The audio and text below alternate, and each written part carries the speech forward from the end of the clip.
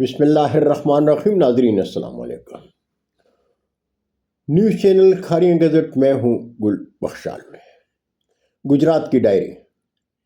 گجرات کی ڈائری میں آج کالم کا عنوان ہے مسلم لیگ نون گجرات کے پارلیمنٹیرین۔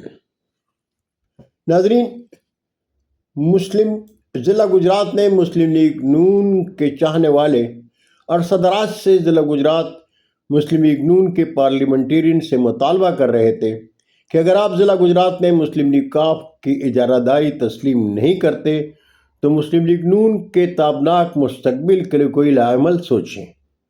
صرف اخبارات کی سرخیوں میں خود کو زندہ رکھنے کا خواب بھول جائیں۔ شاید عابد رضا کوٹلہ اور حاجی ناصر محمود اپنے چاہنے والوں کی آواز پر خواب خرگوش سے جاگ گئے ہیں۔ بلدیاتی الیکشن تنظیمی حکمت عملی اور عوامی رابطہ مہم پر مشاورت کے لیے مسلم لیگ نون ضلع گجرات کے پارلیمنٹیرین کا اجلاس ہوا،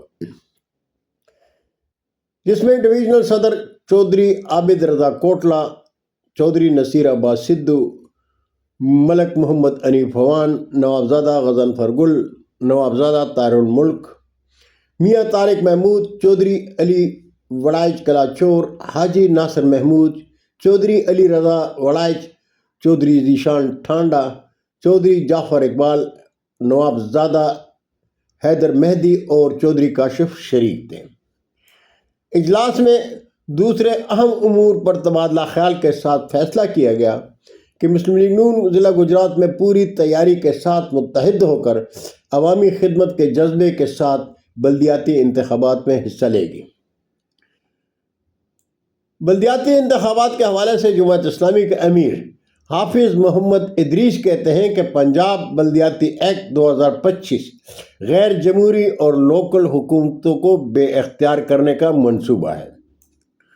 غیر جماعتی بنیادوں پر انتخاب غیر جمہوری بھی ہے اور منتخب ممبران کی خرید و فروخت کا ذریعہ بھی۔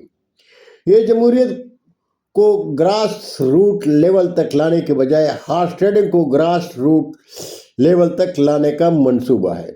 ووٹر کو براہ راست یو سی چیئرمین منتخب نہ کرنے کا حق نہ دینا عوامی رائے پر عدم اعتماد کا مظہر اور غیر جمہوری عمل ہے۔ حافظ محمد ادریس کہتے ہیں کہ پنجاب بلدیاتی ایکٹ 2025 میں ترمیم کر کے آئین پاکستان کی روح کے مطابق تمام انتظامی، مالیاتی اور سیاسی اختیارات منتخب عوامی نمائندوں کو منتقل کیے جائیں۔ ناظرین، حافظ محمد ادریس کے خدشات میں کافی وزن ہے۔ وہ غلط نہیں کہتے۔ اسلامی جمہوریہ پاکستان میں اگر صاحب اقتدار دیس اور دیس والوں سے مخلص ہیں تو کیا ہی بہتر ہے کہ موجودہ انتخابی نظام کو دفن کر کے متناسب نمائندگی کے نظام کو رائج کریں۔ اس لیے کہ متناسب نمائندگی ایک پاک شفاف انتخابی نظام ہے۔ دنیا بھر کے ماہرین اس امر پر متفق ہیں کہ متناسب نمائندگی کا نظام زیادہ جمہوری ہوتا ہے۔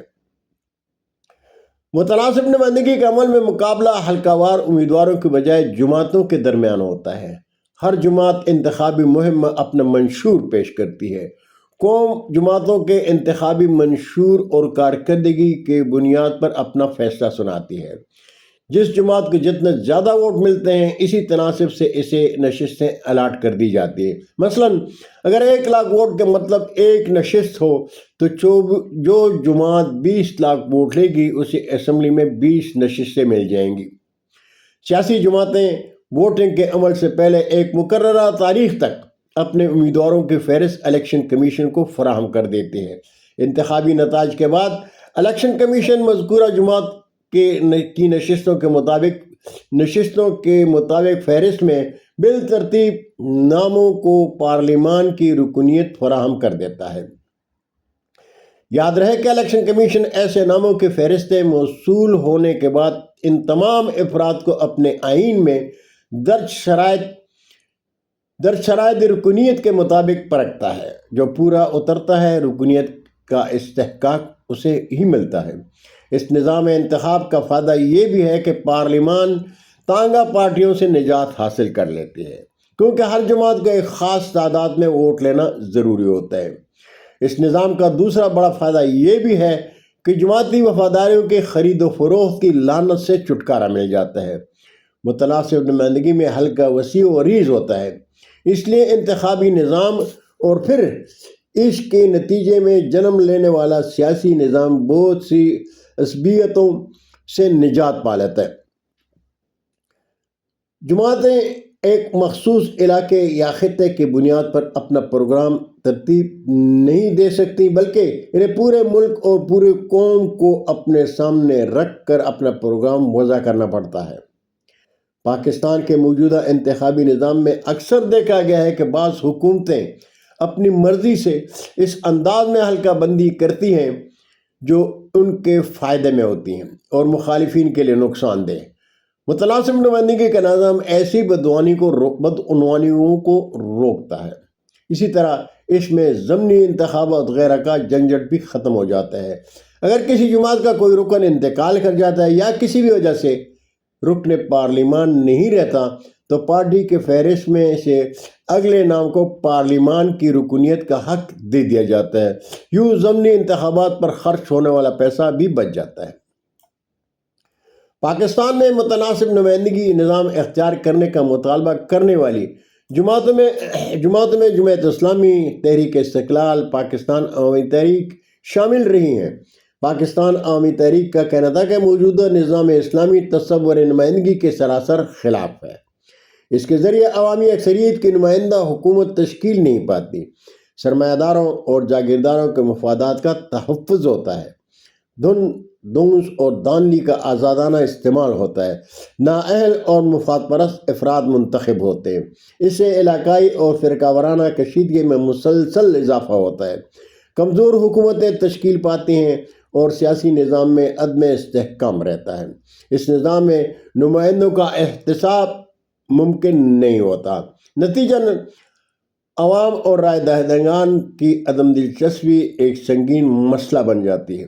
یہ نظام قومی مسائل کے حل میں ناکام ثابت ہوتا ہے۔ متعدد مغربی ماہرین بھی اپنے معاشروں میں یہی نظام اختیار کرنے پر زور دے رہے ہیں۔ کیا ایسا نہیں ہو سکتا کہ پاکستان میں ابھی سے ہی اس نظام کو اختیار کر لیا جائے؟ بہت شکریہ ناظرین، یہ تھا آج کا کالم۔ زندگی نے ساتھ دیا تو انشاءاللہ برقی رابطے میں پھر ملاقات ہوگی۔ جاتے جاتے درخواست ضرور کروں گا کہ میرے چینل کو سبسکرائب کریں، دوستوں کے ساتھ شیئر کریں اور چینل کی گھنٹی ضرور بجائیں۔ اللہ ہم سب کے پاکستان کا حامی و ناصر ہو۔ پاکستان زندہ باد۔